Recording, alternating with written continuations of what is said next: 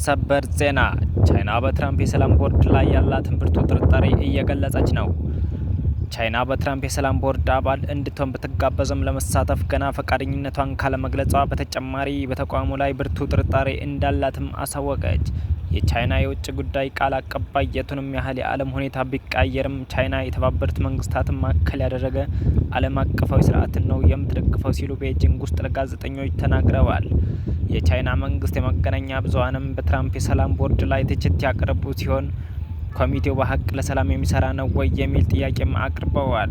በተጨማሪ ቦርዱ የአሜሪካን ፕሬዝዳንት የግል ክለብ ወይም የቢሊዮን ዶላር የሚያስወጣ የንግድ ዳይሬክተሮች ቦርድ እየፈጠሩ ነው የሚል ስጋትንም አንስተዋል።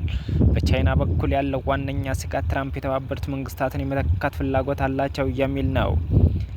የአሜሪካው ፕሬዝዳንትም የሰላም ቦርዱ የመንግስታቱ ድርጅትን የሚተካ ተቋም እንደሆነ ለቀረበላቸው ጥያቄ ሊሆን ይችላል የሚል ምላሽም ሰጥተዋል። የተባበሩት መንግስታት መስራች አባልና ድርጅት በዓለም ዙሪያ ያለውን ተሳትፎ ለማስፋት ተጨባጭ ጥረት ስታደርግ ለቆየችው ቻይና ይህ የፕሬዝዳንት ትራምፕ ምላሽ የሚያስደነግጥም ነው። ቻይና በመንግስታቱ ድርጅት የጸጥታው ምክር ቤት ቋሚ አባልና ድምፅን በድምፅ የመሻር ስልጣን ካላቸው 5 ሀገራት መካከል አንዷ ነች። ስለዚህም በአሜሪካ የሚመራው እና የመጨረሻው ውሳኔ በትራምፕ ላይ የሚሰጥበት የሰላም ቦርድ ውስጥ ከአሜሪካ ጋር ባቻነት በማትታይበት ሁኔታ ተሳታፊ ለመሆን ፍላጎት ያላት አትመስልም።